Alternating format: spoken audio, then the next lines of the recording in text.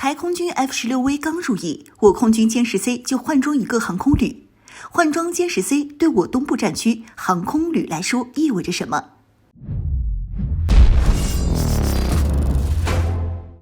大家好，欢迎收看本期迷彩虎，我是虎妞。近日，根据央视的报道，在广东东部某空军驻地，解放军东部战区某航空旅的歼7E战斗机正是从其作战序列里面划出，取而代之的将是歼十 C 型先进战斗机。此举将显著增强该航空旅整体作战能力。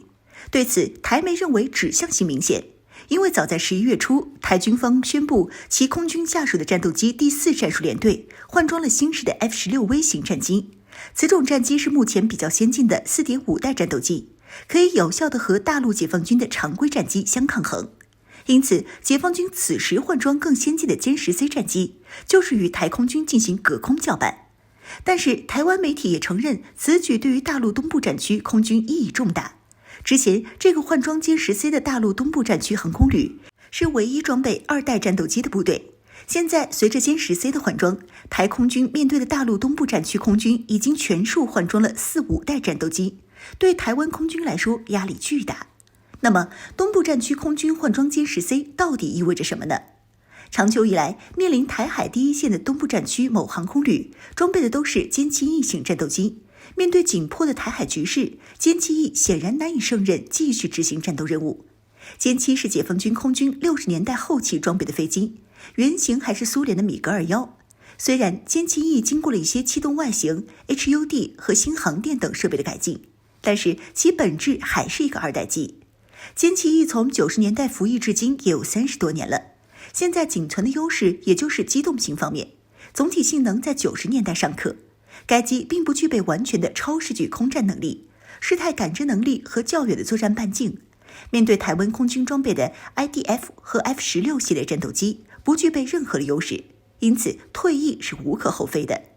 因此，装备歼十 C 战斗机是非常有必要的。随着这个航空旅全员装备歼十 C 战机，可以说目前解放军最强的战斗机组合均已全面列装了东部战区空军。现在东部战区空军的整体实力，应该是我解放军整个战区空军战斗力最强的作战部队。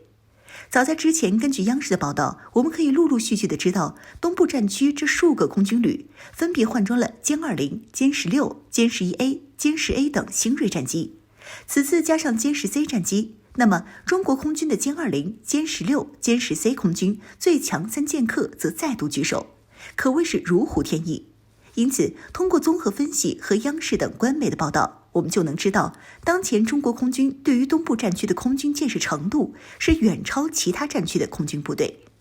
虎妞觉得，此次换装歼十 C 还有很多不易察觉的小细节，就是飞机换装的跨代相当的大。以往的老式2代机换装都是逐渐过渡，如歼7换装歼8，再换装歼10A，